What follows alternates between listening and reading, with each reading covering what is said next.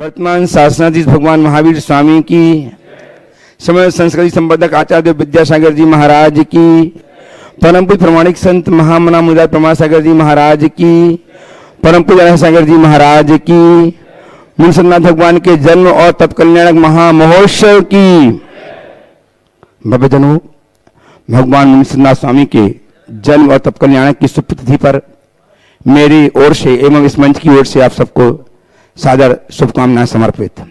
आज इस धर्मसभा में विराजित जो धर्मसभा मॉडल विद्यालय टेटुआ अतरी गया जिला के अंतर्गत है, आप सब जानते हैं जगदीश चंद्र उच्चतर विद्यालय अतरी में परम पूज्य गुरुदेव आचार्य विद्यासागर जी महाराज के परम प्रभावक शिष्य महामना मुनिराज प्रमासागर जी महाराज, परम पूज्य आर्य सागर जी महाराज अपने अल्पकालीन प्रवास में विराजमान हैं।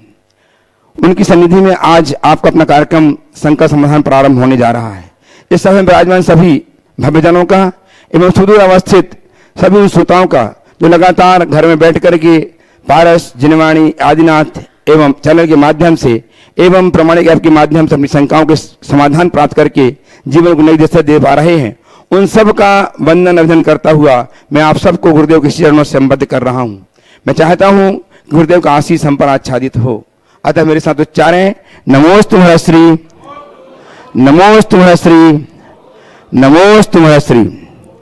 सत्य संस्कृति का सजा भव्यतान कदम मिलाकर बह चले धर्म और विज्ञान, आत्म विकास का सदन गुणायतन, परम पूज्य गुरुदेव की परिकल्पना गुणायतन जो कुछ ही माहों में अशेष होने वाली है।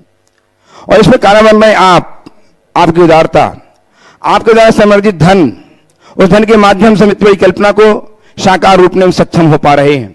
आज ही बहुत सारे उदार मानवों ने अपनी दान की भावना को व्यक्त करके अपने जीवन को धन्य किया है। वे निर्माण निधि के रूप में, निर्माण साथी को जोड़ करके जीवन को धन्य कर रहे हैं। उनका नाम उच्चार रहा हूं, आप तालियां बजा करके उनका अभिनंदन कीजिए।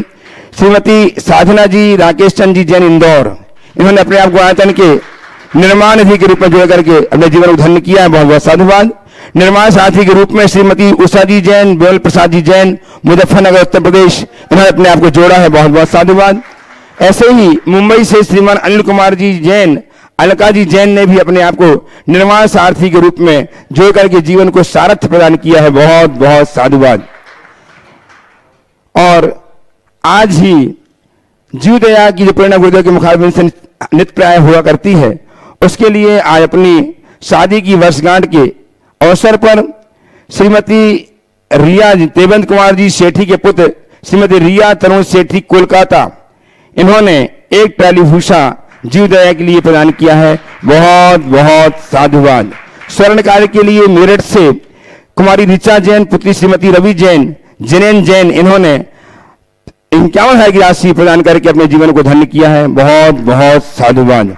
आइए हम सब जुड़े गुरुदेव से, उनके मुख से शंकाओं के समाधान प्राप्त करें। मैं सर्वप्रथम ऑनलाइन प्रश्नों के माध्यम से इस कार्यक्रम को गति दे रहा हूं। गुरुदेव अरुण जी जैन, असर क्षेत्र कोनी जी पाटन, ये आप चरणों में बारंबार नमस्कार करते जानना चाहते हैं कि महाराज श्री धन्यवाद किसे देना चाहिए, पैसे लेकर जो कार्य किया जाए उससे या सेवा के भाव से, यानी कहीं से कोई सामान खरीद कर या कहीं सफर कर जिसमें शुल्क दिया गया हो, धन्यवाद का पात्र कौन है? देखिए, धन्यवाद का पात्र हर वह व्यक्ति है जिसने आपको किसी रूप में भी सहयोग दिया। आपने किसी को पैसा दिया, इसका मतलब ये नहीं कि आप उसके उपकार को भुला दो। मैं तो कहता हूँ आपके जीवन में कहीं किसी का थोड़ा भी सहयोग हो तो उसको तुरंत धन्यवाद दें। आप टैक्सी से जाते हैं, उतरते हैं, टैक्सी ड्राइवर को आप पे जरूर करते हैं, लेकिन टैक्सी ड्राइवर हो या रिक्शा चालक, आप उसको धन्यवाद भी दें, क्योंकि वह आपको सकुशल आपके गंतव्य तक पहुंचाया है। आप किसी होटल में रुकते हैं, आपकी वहाँ व्यवस्थाएं होती हैं, आप पे करके आते हैं, लेकिन जाते समय आपको धन्यवाद तो देना ही चाहिए। किसी ने एक गिलास पानी भी पिलाया तो आपको धन्यवाद देना चाहिए। धन्यवाद देने की आदत एक अच्छे मनुष्य की पहचान है, वहाँ कोताही नहीं होनी चाहिए। एक बार एक सज्जन ने बताया, एक संभ्रांत परिवार के व्यक्ति थे, उन्होंने कहा, महाराज जी आपके प्रवचन से प्रेरित होकर मैंने धन्यवाद देने की आदत बनाई। और एक दिन मैं टैक्सी से गया, मुंबई की बात है, टैक्सी से उतरा और टैक्सी से उतरने के बाद मैंने जैसे ही टैक्सी ड्राइवर को धन्यवाद कहा, उसकी आंखों से पानी गिरने लगे। बोले आज पहली बार हमारे जीवन में किसी ने हमें धन्यवाद दिया है। अक्सर लोग कोसते हैं, डांटते हैं, फटकारते हैं, पर आज आपको देखकर मेरा मन बड़ा गदगद हो गया है। तो कभी आप छोटे लोगों को भी धन्यवाद देना सीखिए, ये बड़े होने की पहचान है, आपका बड़प्पन है। तो किसी का कोई भी सहयोग हो उसको आप धन्यवाद दें। पैसा ठीक है, पैसा आपने पे किया है, ये तो एक माध्यम है, लेकिन क्या केवल पैसे से ही सब चीज़ें मिल जाती हैं? तो थैंक्स गिविंग की आदत, धन्यवाद देने की प्रवृत्ति हर किसी के अंदर होनी ही चाहिए। गुरुदेव गुणाधन संरक्षक श्रीमान सुरेंद्र कुमार जी काला, सरता जी काला, गांधी धाम, गुजरात से आपके चरणों में बारंबार नमस्कार करते जानना चाहते हैं कि गुरुदेव, भारतीय प्रतिभाएं विदेश में अपनी प्रतिभा अर्पित करके देश को और देश की प्रगति को अनदेखा क्यों कर रही हैं? उन्हें किस प्रकार स्वदेश के प्रति अपनी टैलेंट अर्पित करने के लिए आकर्षित किया जा सकता है? इस विषय में मैंने अनेक बार मार्गदर्शन दिया है। आज पुनः इस विषय में मैं यही कहूँगा कि भारत की प्रतिभा का पलायन जो आज कहा जाता है, इसकी वजहों को देखना चाहिए। भारत में अच्छे अवसरों का होना बहुत ज़रूरी है और एक बहुत अच्छा सुखद पहलू है कि अब भारत में अवसर बढ़ रहे हैं। भारत विकासशील देशों में अग्रणी बन रहा है, बल्कि एक विकसित राष्ट्र के रूप में उभर रहा है। लोगों को भारत में अगर अवसर मिलेंगे तो वे खुद अपने आप आगे बढ़ेंगे और जीवन में बहुत कुछ अंतर आएगा। लेकिन मैं इसे दूसरे अर्थ में भी देखता हूँ। यदि कोई भारतीय व्यक्ति भारत से जाकर के काम करता है और वहाँ जाने के बाद भी अपने मन में भारत को बसा लेता है, तो मैं कहूँगा वो भारत के पक्ष में काम कर रहा है, भारत के विकास में काम कर रहा है, वहाँ का रेवेन्यू यहाँ आ रहा है, कुछ ना कुछ तो अच्छा होगा। मैं नहीं चाहता कि भारत में ही सिमटा रहे। भारत पूरे विश्व में फैले और ये तभी फैलेगा जब भारतीय पूरे विश्व में होंगे और भारतीय केवल विश्व में न हो, उनके साथ उनकी भारतीयता भी हो। आज बहुत सारे लोग हैं जो भारत से बाहर रह रहे हैं, पर वे विशुद्ध भारतीय बन करके जी रहे हैं। उनकी वो भारतीय निष्ठा भारत के गौरव की अभिवृद्धि करती है। इसलिए इस बात पर बहुत व्यापकता से सोचना चाहिए। हम दुनिया में कहीं भी जाएं, निष्ठा अपनी मातृभूमि से जुड़ी हो तो उससे देश का गौरव बढ़ेगा और देश में इतने अच्छे अवसर हो कि दुनिया भारत के लोगों को काम काज के लिए बाहर न जाना पड़े, अपितु दुनिया के लोग यहाँ आकर काम काज के अवसर तलाशे। हम सबका प्रयास ऐसा होना चाहिए। गुरुदेव, कुमारी सची शैलेन जैन छपारा सिवनी से आपके चरणों में बारंबार नमस्ते करते हुए जानना चाहती हैं कि गुरुदेव, हम अपने माता पिता, मित्र, परमाजनों का शुक्रिया शब्द और प्रसन्नता से करते हैं, पर गुरुदेव, हम भगवान और गुरु का शुक्रिया कैसे और किस प्रकार अदा करें? उनको नमन करके ही भगवान और गुरु को आप शुक्रिया कर सकते हैं। आपके चरणों में कोटि कोटि वंदन, कोटि कोटि नमन, कोटि कोटि आभार। प्रभु, आपके कृपा से मुझे जीवन की दिशा मिली, मैं अपने जीवन को धन्य किया। मेरे जीवन में जो कुछ है वो आपकी कृपा से है। गुरु के प्रति ऐसे उद्गार प्रकट हो सकते हैं, होने चाहिए। भगवान के चरणों में आप ये बोले हैं, प्रभु आपकी कृपा से मुझे जीवन का यह नया दिन मिला। आपके चरणों में कोटि कोटि वंदन और आभार। ऐसी शक्ति दे कि आज के दिन को मैं एक अच्छा दिन बना सकूं। सुबह उठते ही ये भावना भानी चाहिए, गुरु के बभू के चरणों में, गुरु के चरणों में और माँ बाप के चरणों में कृतज्ञता भरा आभार, प्रकृति के प्रति कृतज्ञता भरा आभार। जो व्यक्ति सुबह से धन्यवाद देकर अपने जीवन को आगे बढ़ाते हैं, उनका पूरा जीवन अहोभाव से भरता है। मैं आप सबसे कहूँगा, सुबह जब आँख खोलो तो सबसे पहले परमात्मा को धन्यवाद दो इस भाव से, यह प्रभु आपकी कृपा से मुझे जीवन का एक अच्छा दिन मिला। आज ऐसी शक्ति दें कि आज के इस दिन को अच्छा दिन बना सकें।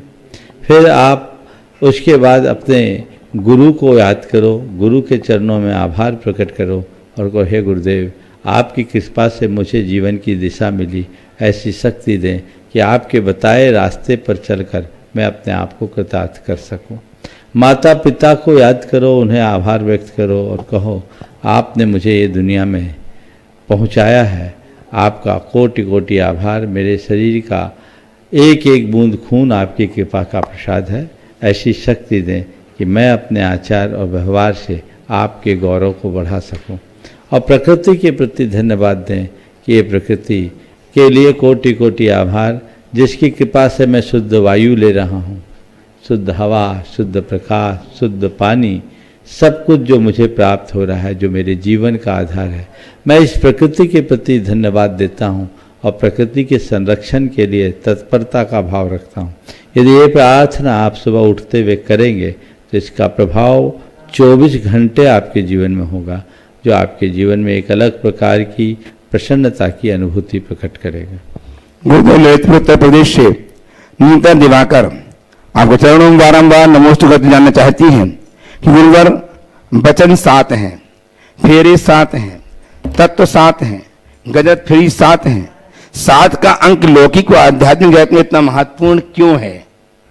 देखिए 7 जो है ना, 7 जन्म तक पीछा, 7 का संबंध है। 7 पूर्ण समर्पण और पूर्णता का द्योतक होता है, प्रेम का द्योतक होता है। तो जो चीज़ें हम पूर्णता से कर पाएँ वो 7 में पूरे होते हैं। इसलिए ये काम तो मैं 7 जन्म में भी पूरा नहीं कर पाऊँगा।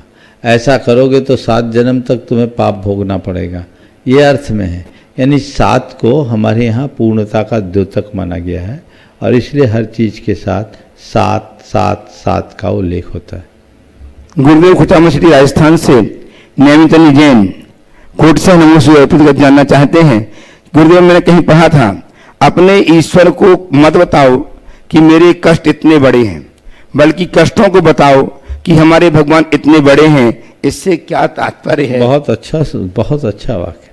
अपने ईश्वर को यह मत बताओ कि मेरे कष्ट कितने बड़े हैं, अपितु भगवान को ये बताओ, कष्टों को ये बताओ कि मेरे भगवान इतने बड़े हैं। मैं एक ही बात कहूँगा, अगर अपने कष्टों को देखोगे तो तुम्हें भगवान छोटे दिखने लगेंगे और भगवान को देखोगे तो तुम्हें कष्ट कष्ट ही नहीं दिखेंगे। तो भगवान के स्वरूप को देखो और अपने जीवन को आगे बढ़ाओ। मालेगांव महाराष्ट्र से गुरुदेव प्रणाल जैन बारंबार नमोस्तु करते जानना चाहते हैं कि गुरुवर, कुछ रिश्ते न तोड़े जा सकते हैं न छोड़े जा सकते हैं। हमें पता है सामने वाले व्यक्ति का स्वभाव विचित्र है, कभी नहीं बदलने वाला, और यह भी पता है कि अब हमें ऐसे लोगों के साथ लाइफ टाइम सरवाइव करना है। उसमें हमारी फैमिली, रिलेटिव्स, फ्रेंड्स ये सब हैं। ऐसे में हम हमारी पॉजिटिव मानसिकता के साथ उन लोगों से कैसे डील करें? देखिए, जब छोड़े नहीं जा सकते और बदले भी नहीं जा सकते, रहा भी नहीं जा सकता, तो क्या करो, स्वीकार कर लो।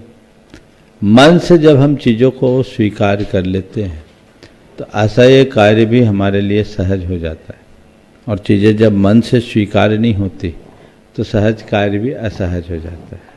तो चीज़ों को मन से स्वीकार करें और मन के अनुरूप अपने जीवन की धारा को आगे बढ़ाने की कोशिश करें।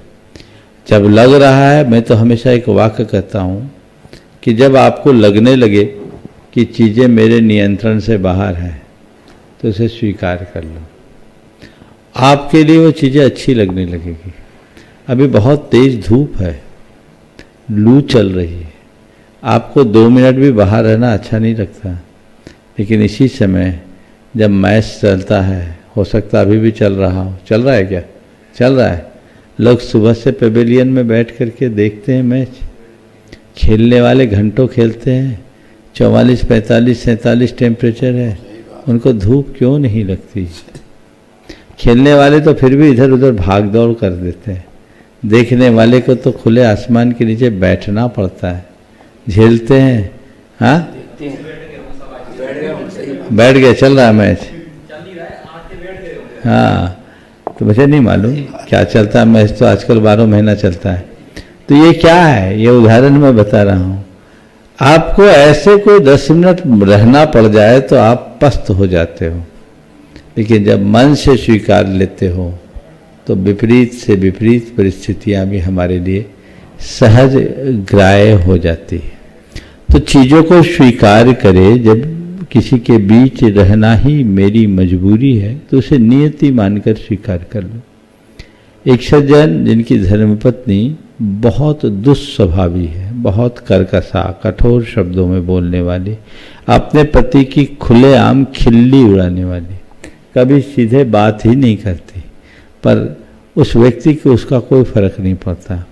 उससे जब एक बार चर्चा में बात हुई तो बोला, महाराज जी मेरे लिए यही संयोग है, मैं आपके रास्ते पर चलना चाहता था, तपस्या करना चाहता था, घर वालों ने ज़बरदस्ती मेरी शादी कर दी, शायद मेरी नियति के लिए मेरी पत्नी ही मेरी तपस्या का निमित्त होगी, मैं तो इसे तपस्या मानता हूँ, वो बकते रहती है, मैं सुन के अनसुना कर देता हूँ, मेरी तो कर्मों की निर्जरा हो ही रही होगी, मेरे तो कर्म झर रहे होंगे, कर्म कट रहे होंगे।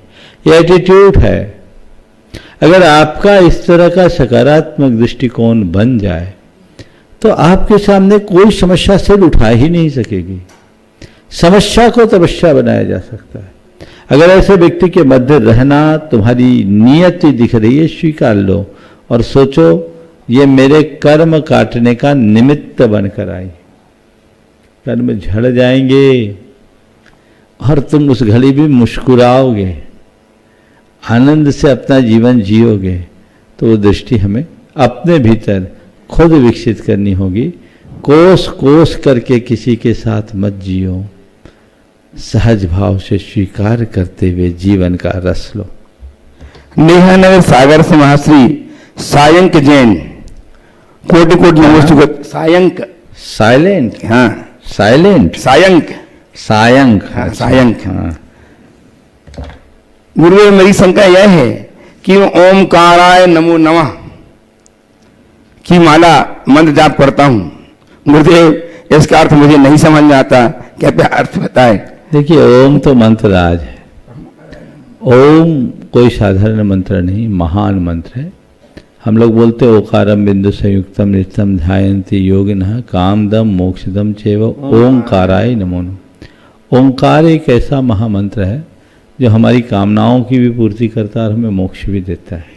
तो जो कामना और मोक्ष दोनों को प्रदान करने वाला मंत्र है, जिसका ध्यान करने वाले योगीगण मोक्ष को प्राप्त करते हैं, ऐसे ओंकार का जाप करना, ओंकार का ध्यान करना हमारे जीवन को महान बनाता है। जैन धर्म के अनुसार ओम पंच परमिष्टि का प्रतीक है। कुछ दिन पहले भी मैंने बताया था, अरहंत का, अशरीरी सिद्ध का अ, आचार्य का, उपाध्याय का उ और मुनि का म मिला दे तो ओम होता है। ओम में 3 लोक गर्भित है, अधलोक का, ऊर्ध्वलोक का उ और मध्यलोक का म।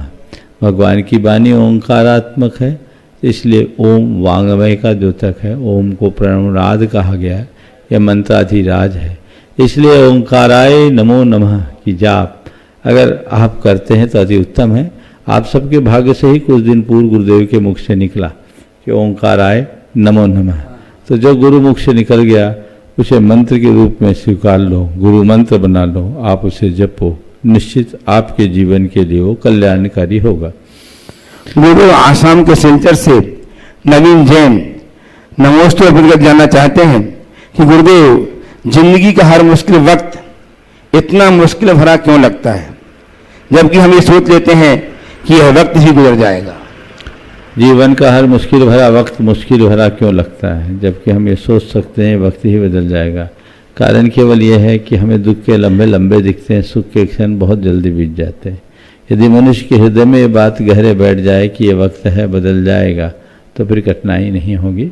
बार बार उसका विचार करके हम अपने जीवन के क्रम को आगे बढ़ा सकते हैं।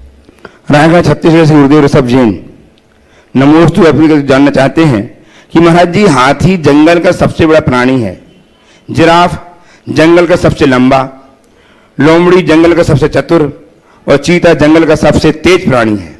फिर भी शेर जंगल का राजा है, जबकि वह जंगल में रहता भी नहीं। ऐसा क्यों?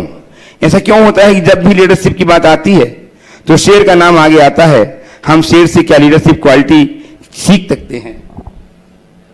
देखिए, लीडरशिप के लिए केवल शरीर से सबल होना पर्याप्त नहीं है। एक अच्छे नायक के लिए शरीर के साथ साथ बुद्धि और मन से भी सक्षम होना जरूरी है। शेर को राजा क्यों माना जाता है? शेर में कुछ खास गुण है। शेर आक्रमण करना जानता है, रक्षा करना जानता है, और युद्ध लड़ता है तो केवल जीतता है, पीठ नहीं दिखाता। और हाथी, जिराफ, ये जितने भी अन्य जानवर हैं, ये कई बार पीठ भी दिखा देते हैं। ये अपने दिमाग का पूरा उपयोग नहीं कर पाते। ये अपने बचाव के लिए तो थोड़ा प्रयास कर लेते हैं, पर ये प्रहारात्मक नहीं हो पाते, इसलिए इनको शेर के अधीन होना पड़ता है। चीता में चपलता है, गति है, तेज है, लेकिन उसके अंदर वो शौर्य नहीं है जो शेर के अंदर होता है। इसलिए शेर पुरुषार्थ पराक्रम का द्योतक बन गया। अतः जंगल का राजा शेर और लीडरशिप के लिए शेर शब्द का चलन बढ़ गया। तैयार हैं श्रीमान अमित जी सेठी रामगढ़ से। महाशय अंतिम माननीय प्रश्न श्रीमान अतुल जी दुबे एवं डॉक्टर आर के जैन ट्रस्टी गुणायतन सतना आपके चरणों में बारंबार नमोस्तु करते हुए जानना चाहते हैं कि गुरुदेव, परोपकार के कार्य में सुकून मिलता है, किंतु मेरा मानना है कि क्रोध व अभिमान से किए गए परोपकार के कार्य से संचित पुण्य भी क्षीण हो जाते हैं। क्या यह सही है? 200% सही है।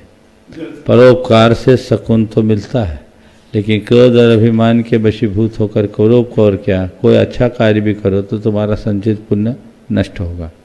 इसलिए कोई भी अच्छा कार्य करो, अच्छी भावना से प्रेरित होकर के करो, तभी आप उसका सुपरिणाम घटित कर पाएंगे। ओह, आइए श्रीमान अमित जी सेठी तैयार हैं।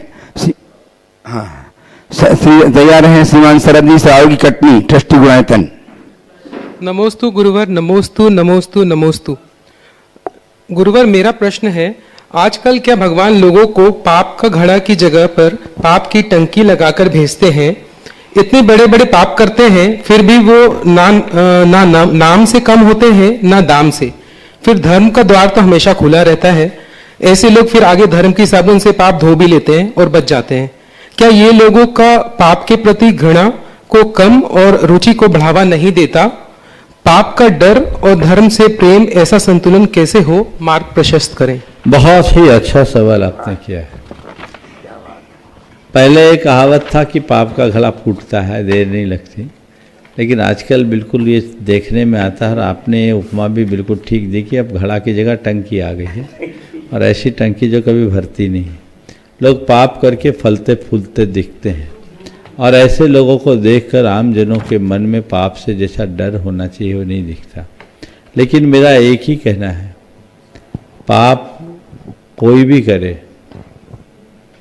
उसे संताप जरूर मिलेगा। पाप का फल तुरंत मिलता है, समय बाद नहीं। हम उसे अनदेखा करते हैं। पाप का फल प्रत्यक्ष पर संताप है। आप कोई अच्छा कार्य करें, मन में कैसा अनुभव होता है? बोलो माइक पे। अच्छा। और कोई बुरा कार्य करे तो? बहुत बुरा। जब भी करो, कोई आदतन बुरा काम करता है, उसको भी बुरा करते वक्त ये लगता है ना कि अच्छा नहीं है, लगता है, फिर भी वो करता है। कदाचित बुरा करके सफल भी हो गया तो उसके मन में एक खटका तो रहता है कि मेरा भेद न खुले। ये किसका फल है? ये पाप का फल है। तो पाप का काम करने वाला आदमी फैल सकता है, फल नहीं सकता। मैं पुनः दोहरा रहा हूं, पाप में अनुरक्त मनुष्य फैल सकता है, फल नहीं सकता। मतलब फैलने में और फलने में क्या अंतर है? फैला उसका बाहरी विस्तार दिखेगा, धन, वैभव, यश, प्रतिष्ठा, प्रताप, प्रभाव, ये सब दिख सकता है, लेकिन वो अंदर से दुखी होगा। उसके खुद का शारीरिक स्वास्थ्य अनुकूल हो, उसके परिवार में सबके साथ सामंजस्य हो, उसका मन शांत हो, ये संभव नहीं है। जिस पेड़ को हम जहरीले पानी से सींचेंगे, उसमें होने वाला फल कभी मीठा नहीं होगा। जो मनुष्य गलत काम करता है, गलत कर्म करता है, तो उसे उसका परिणाम भुगतना ही पड़ता है। हाँ, जो हम देखते हैं वो कुछ और हो सकता है, लेकिन अंदरूनी तौर पर तो उसके साथ ऐसा ही होगा।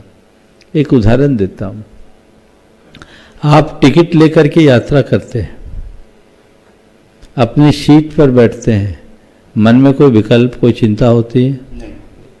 निश्चिंतता से जाते हैं। और किसी दिन बिना टिकट के गाड़ी पे बैठे हो, फिर क्या होता है? हाँ, टेंशन होता है। हर आदमी के चेहरे में टीसी की शक्ल दिखती है। कहीं टीसी ना आ जाए, टिकट ना पूछ रहे, होता है।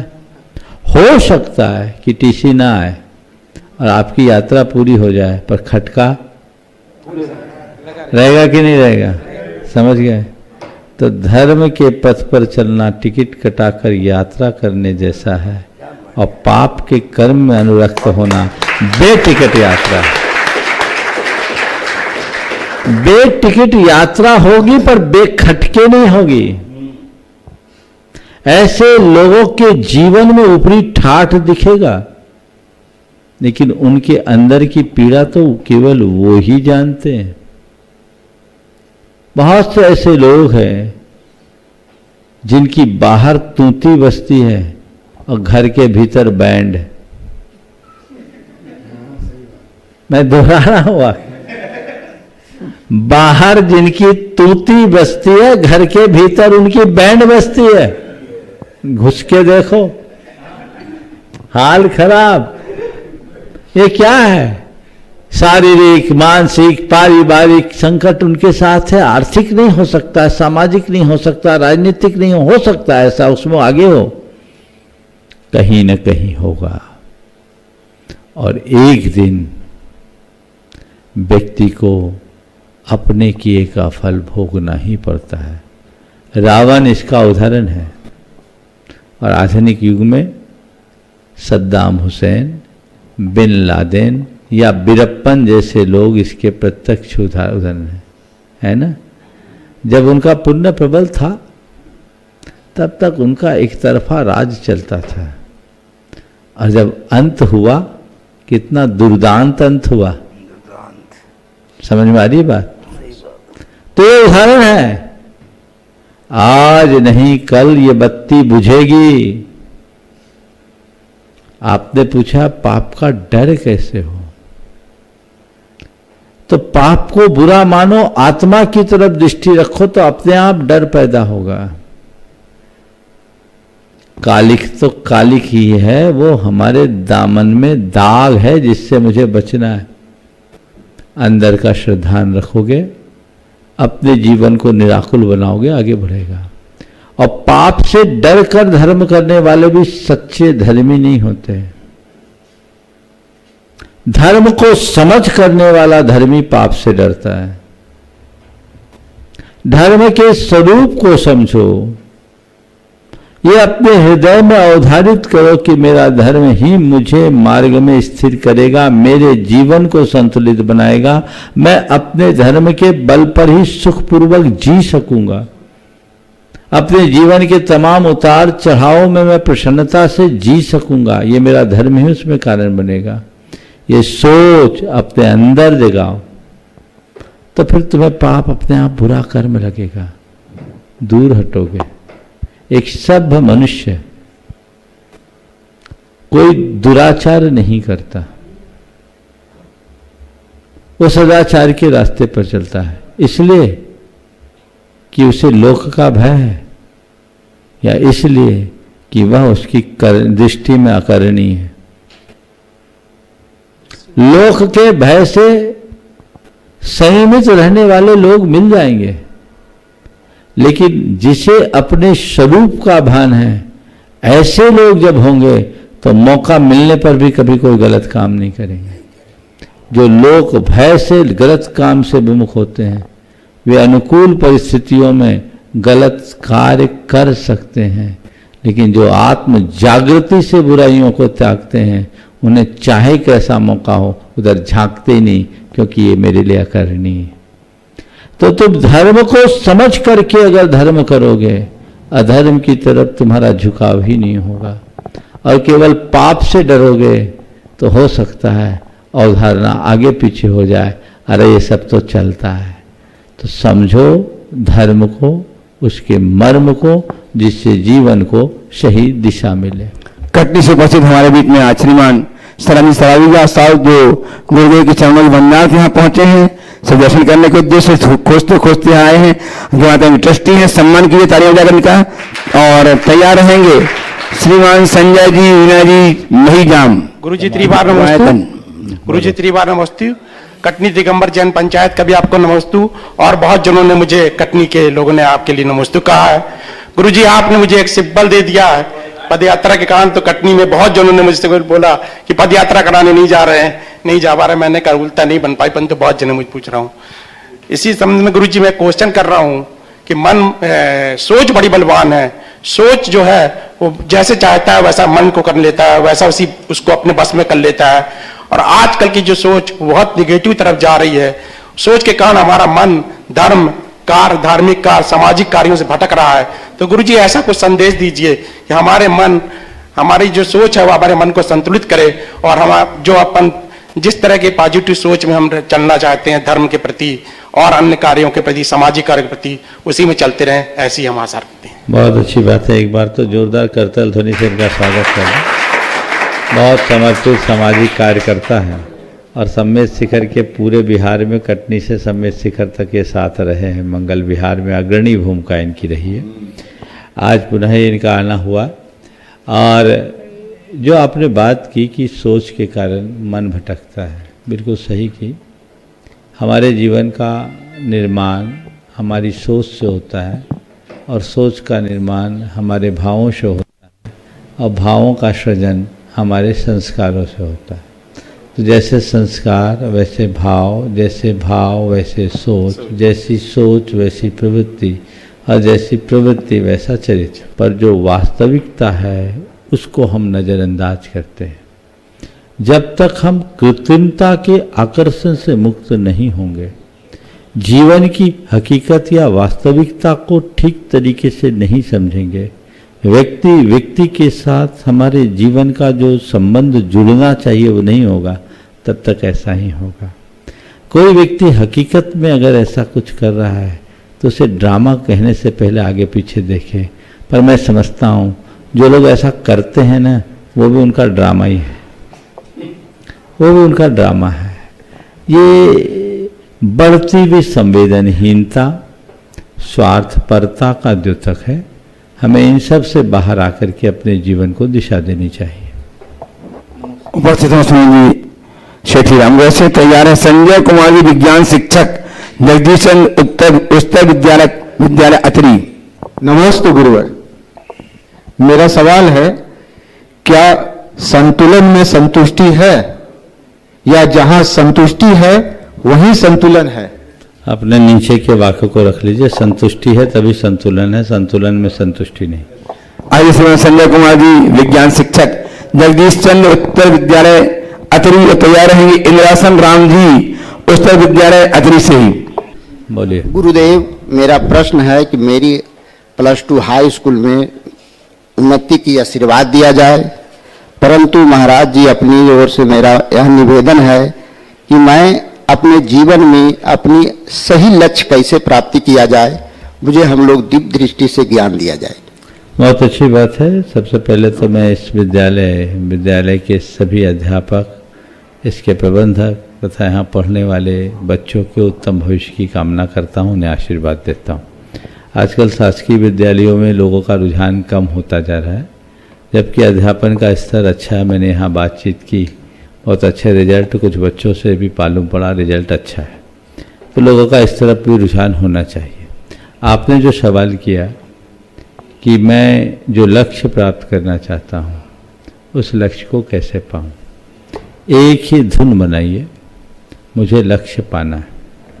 और जिसे आपने लक्ष्य बनाया उसकी एक काल्पनिक छवि बनाइए, उस काल्पनिक छवि को अपने सामने रखिए और उसे देखिए, महसूस कीजिए कि मैं वहाँ तक पहुँच रहा हूँ, मैं वहाँ तक पहुँच रहा हूँ, मैं उस रास्ते में जा रहा हूँ और बहुत जल्दी मैं उसे पाने वाला हूँ और ये मैं पा लिया।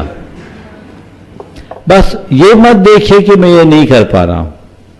ये जो नहीं आता है ना, वो बने बनाए काम को बिगाड़ देता है। समझ में आ रहा है?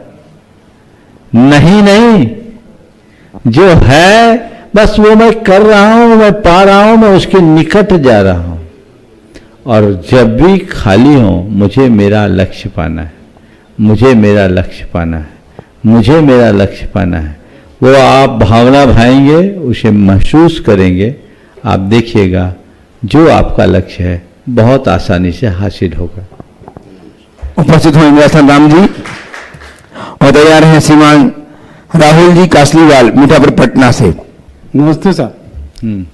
सर, हम चलो, कोई भी काम सोचते हैं तो नहीं हो पाता है।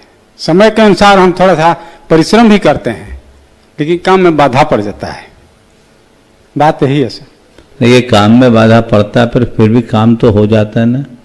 कल से आज आगे होना, हाँ, काम कल से आज आगे होना, भाग्यशाली मानो अपने आप को। बहुतों का तो ऐसी बाधा पड़ती काम ही नहीं होता। हाँ, आपके बाधा के बाद भी काम तो हो जाता है। हाँ सर। तो ये सोचो कि आपकी नियति ने आपसे कुछ डबल परिश्रम का अनुबंध कर रखा है। अब वो चाहती है कि इससे दोहरी मेहनत करा करके ही हम फल देंगे। मिल रहा है ना फल, मजा लीजिए। बाधाओं को मत देखिए, अपनी ताकत को बढ़ाने की कोशिश कीजिए।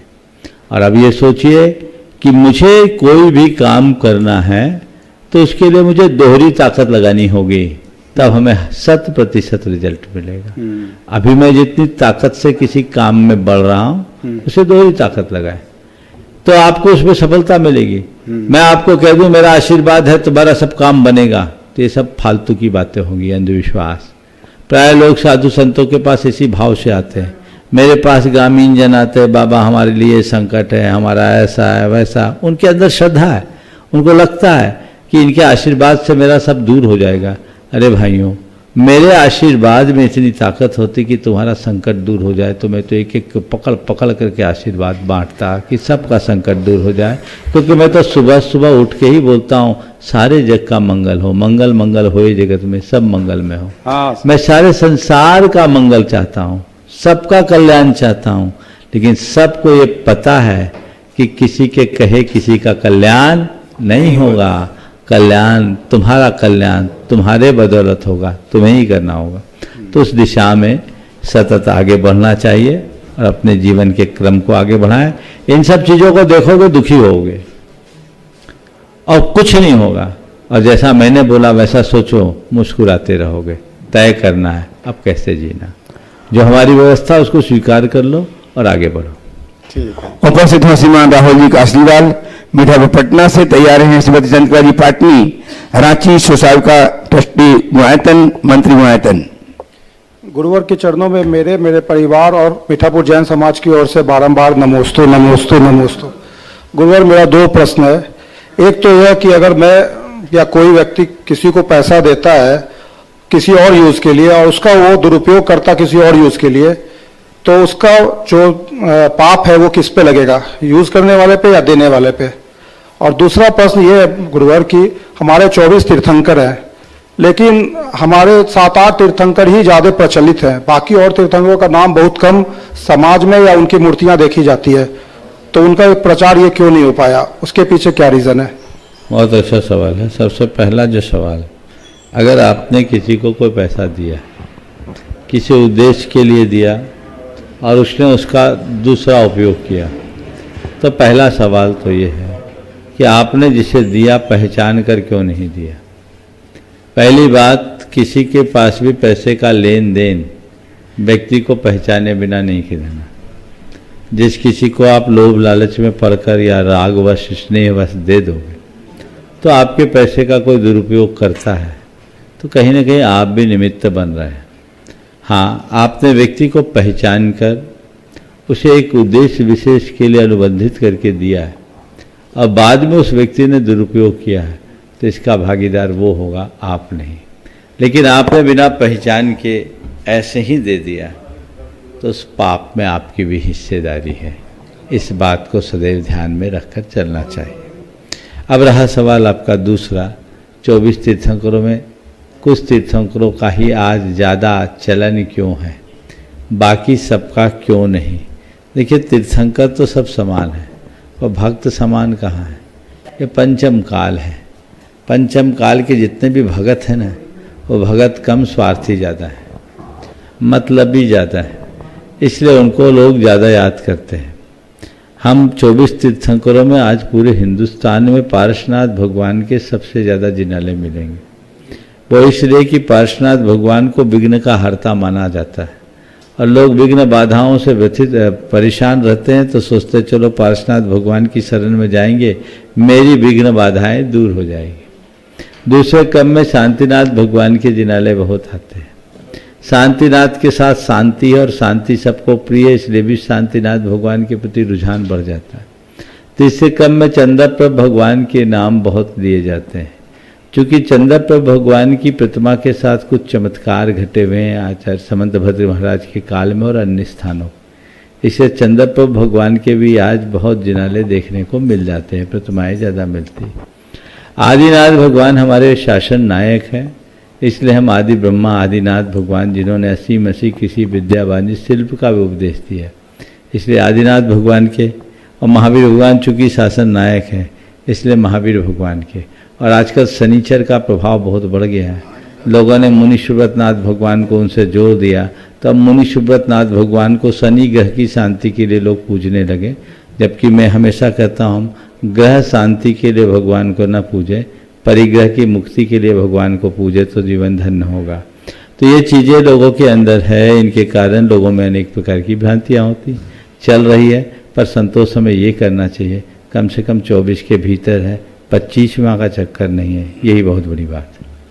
नमस्ते गुरुदेव, नमस्ते गुरुदेव, नमस्ते। उपस्थित हो सुश्राव का चंद्रकारी पाटनी रांची से ट्रस्टी गुणायतन मंत्री गुणायतन तैयार हैं श्रीमान टी नबीलता जी काला रामगढ़ से। मेरी तरफ से जगत के सब जीवों की तरफ से नमोस्तु महाराज श्री। महाराज श्री, समाज वाले मंदिर तो बना लेते हैं, लेकिन अगर भगवान का पूजा अभिषेक ना करे तो क्या समाज पर दुष्प्रभाव पड़ेगा उसका? पहले तो ये बोलो मंदिर किसके लिए बनाया? दिखाने के लिए, लोगों को बताने के लिए हमने इतना बड़ा मंदिर बनाया। मंदिर बनाया भगवान की पूजा सेवा करने के लिए, धर्म ध्यान करने के लिए, वो ही नहीं करो तो उसका क्या लाभ? इसलिए कहीं भी मंदिर बनाओ, भगवान की सेवा पूजा में तत्परता जरूर दिखाओ और उत्साह के साथ दिखाओ। ये लगे कि मैंने जिस उद्देश्य से मंदिर बनाया है उसकी पूर्ति हो रही है और मैं उसका आनंद ले रहा हूँ। बबीता जी गाना उपस्थित हूँ, रामगढ़ से तैयार हैं संस्कार जी जैन बनगांव दमोह से। गुरुवर के चरणों में बारंबार नमोस्तु नमोस्तु नमोस्तु। गुरुवर, मेरा प्रश्न ये है कि जब किसी के गुणों की बात आती है तो सुनने वाले भी सब चुप हो जाते हैं, जबकि हमको पता है कि वो बहुत अच्छा कार्य समाज में कर रहे हैं। लेकिन जब किसी बुराई की बात आती है तो ऐसा लगता है गूंगे भी बोल पड़ेंगे। ऐसा क्यों? कृपया समाधान करें। है जिसके भीतर जो अच्छा रहता है ना उसको वही पसंद आता है। लोगों के अंदर बुराइयां ज़्यादा भरी, इसलिए बुराइयों के प्रति रुचि ज़्यादा है। अच्छाइयाँ कम है, इसलिए लोग अच्छाइयों के प्रति उतना आकर्षित नहीं हो पाते। जो व्यक्ति के अंदर जैसा होता है उसे वैसा ही पसंद होता है। हालांकि आप लोग रोज भगवान की पूजा के समय बोलते हैं दोष ढाकू सभी का दोष वादे च मौनम, फिर भी पता नहीं क्यों दोषों के प्रति इतना रुझान क्यों होता है। आजकल धुआं उड़ाने वाले लोगों की भरमार है, सुगंध फैलाने वाले लोग कम होते जा रहे हैं। हमारी कोशिश धुआं उड़ाने की ना होकर सुगंध फैलाने की होनी चाहिए। एक बात सदैव ध्यान में रखना चाहिए, बुराई करना और बुराई सुनना दोनों एक बहुत बड़ा पाप है। अपने समय की बर्बादी तो है ही, संस्कारों को भी क्षति है, इसलिए हमें बुराई से बचना चाहिए। नमस्ते गुरु। उपस्थित हूँ संस्कार जी जैन बनगांव दमोह से। अनमुनि भक्त तैयार हैं श्रीमान विकास जी सेठी रामगढ़। नमोस्तु गुरुदेव। यह प्रश्न मम्मी का है। कुछ सुनकर चले जाते हैं, कुछ सुनाकर चले जाते हैं। दुनिया में बहुत कम लोग होते हैं जो कुछ कर कर चले जाते हैं। जो कुछ नहीं करते सबसे ज्यादा वही सुनते हैं। ऐसा क्यों गुरुदेव? कुछ सुनकर चले जाते हैं, कुछ सुनाकर चले जाते हैं। दुनिया में कुछ ही ऐसे लोग हैं जो कुछ करके जाते हैं, और जो कुछ नहीं करते वही ज्यादा सुनाते हैं, सुनते नहीं। तो आपने कहा कुछ सुनकर चले जाते हैं, कुछ सुनाकर चले जाते हैं। कुछ लोग हैं जो करके चलते हैं। करके जाने के लिए मैं एक सूत्र दे रहा हूँ, अगर करके जाना चाहते हो तो लोगों की चीज़ों को अनसुना करना सीखो और सह लेना सीखो, तो हमारा जीवन धन्य होगा। आइए श्रीमान विकास जी सेठी साहब और तैयार हैं श्रीमान देवेंद्र जैमिया साहब सैको सद्य गुणायतन गया से। श्रीमान नमस्ते आरटी मिश्रा साहब, सुप्रसिद्ध वैद्यराज गया। नमस्ते बोलो। गुरुवर। मेरा प्रश्न है कि व्यापार में व्यवहार का बहुत महत्व होता है, मगर आजकल देखा जा रहा है कि व्यवहार में व्यापार शुरू हो गया है। मतलब जैसे आपकी जरूरत है, लोग आपसे वैसा व्यवहार करते हैं, अलग अलग समय पे अलग अलग तरीके से। तो इस स्थिति में हम उनसे कैसे व्यवहार करें और कैसे डील करें? देखिए, ये लोगों के बदले हुए एटीट्यूड का परिणाम है। आजकल लोगों की जो सोच है वो पूरी तरह व्यवसायिक होते जा रही है। सोच व्यवसायिक होती है, उनके व्यवहार में व्यवसाय दिखता है। यदि व्यक्ति की सोच आध्यात्मिक हो जाए तो इस समस्या का हल हो सकता है। व्यापार हो व्यापारी की जगह, वहाँ व्यापारिक सोच चलेगी, लेकिन हर व्यवहार में व्यापार हो जाना अच्छी बात नहीं है। पर ऐसे लोग बड़े कैलकुलेटिव होते हैं और आजकल लोगों की संख्या बढ़ रही है। ये बढ़ते हुए उपभोक्तावाद का दुष्परिणाम। अगर हम अध्यात्मवाद का विकास करें, लोगों के अंदर आध्यात्मिकता को जोड़ दें, तो ये समस्या शांत हो सकती है। नमस्ते। उपस्थित श्रीमान देवन जी अजमेर साहब सहकोषाध्यक्ष मायतन गया से, श्रीमान आरटी मिश्रा साहब जो सुप्रसिद्ध वैद्यराज हैं उनके साथ उपस्थित हों और अपने प्रश्न प्रस्तुत के समाधान प्राप्त करें। तो अभिनंदन करें हम इनका। ये ऐसे वैद्यराज हैं जिनके द्वारा जिनके हाथों से बड़े बड़े लाज संभव हो पाते हैं। ताली बजाकर अभिनंदन कीजिए वैद्यराज जी का। और इन्हें लेकर के आए हैं गया से श्रीमान अजमेर जी। नमोस्तु महाराज जी, नमोस्तु महाराज जी। महाराज जी, हमेशा हम लोगों को ये देखते हैं कि कोई काम करने के बाद ये ऐसा विचार आता है कि हम काम ऐसा किए होते तो ज्यादा अच्छा होता। हमेशा काम करने के बाद पछतावा होता है कि हमको ऐसा करना चाहिए था। इससे बचने का कोई उपाय हो तो बताइए। बहुत लोगों को होता है, काम करने के बाद अपने पुराने निर्णय की लोग समीक्षा करते हैं और समीक्षा करके ऐसा न किए होते तो ऐसा होता। इससे बचने के लिए उपाय, एक कहावत को चरितार्थ कर लो। पानी पीने के बाद जात नहीं पूछी जाती। बुंदेलखंड में कहावत है, पानी पीने के बाद जात मत पूछो। ये उस जमाने की कहानी है, कहावत है, जब जात पात के प्रति लोग ज़्यादा रुझान रखते थे। अरे पानी तो पी लिया, फिर जाति पूछा, अरे मैंने तो उसका पानी पी लिया। हालांकि ये सब बातें आज के समय में अप्रासंगिक है, इन्हें बिल्कुल महत्व नहीं देना चाहिए। लेकिन कहावत के अभिप्रेत अर्थ को लीजिए कि कोई भी काम करो, करने के पहले विचार करो, कर लेने के बाद विचार मत करो। अपितु अगर हमने कुछ काम किया है और उसमें गलत निर्णय हो गया तो भी उससे प्रेरणा लो और सीख लो कि आइंदा कभी कुछ ऐसा प्रसंग आएगा तो मैं इस तरह से निर्णय लूंगा। अफसोस नहीं, अनुभव घटित। हाँ वैद्यराज जी। और तैयार रहेंगे ग्वालियर ट्रस्टी श्री मंटू जी। मिंटू जी मंटू जी तैयार रहेंगे। आयतन बोले डॉक्टर साहब। मैं केवल आपका आशीर्वाद लेने के लिए आया हूँ। बिल्कुल बिल्कुल। मैं एक बार चाहूंगा, एक बार जोरदार करताल ध्वनि से डॉक्टर आर.डी. मिश्रा का सम्मान आप सब करें। ये एक चिकित्सक तो हैं ही, पर बड़े सेवाभावी सत्संग प्रेमी हैं और गुरुओं के लिए तो समर्पित हैं ही। हालांकि ये खुद लोगों का सत्संग कराते हैं, इनका नियमित प्रवचन भी होता है, लोग लाभ लेते हैं। बड़े आध्यात्मिक विचारधारा के, बड़े भद्र प्रकृति के व्यक्ति हैं और चिकित्सा के क्षेत्र में ये तो वहाँ मगध विश्वविद्यालय में डीन है ना, आयुर्वेदिक कॉलेज में, और इनका बहुत अच्छा हाथ है। आज ये दर्शन के लिए यहाँ आए हैं, बहुत बहुत आशीर्वाद। हाँ मंडू जी उपस्थित हूँ ट्रस्टी गुणायतन। अंतिम प्रश्न और तैयार हैं श्रीमती सरला जी रमेश जी सेठी रामगढ़। नमोस्तु महाराज श्री, नमोस्तु नमोस्तु। महाराज श्री, मनुष्य का स्वभाव है कि जो चीज ले जाना है उसे हम यहाँ छोड़ रहे हैं, और जो चीज हमें यहाँ छोड़कर जाना है उसको जोड़ रहे हैं।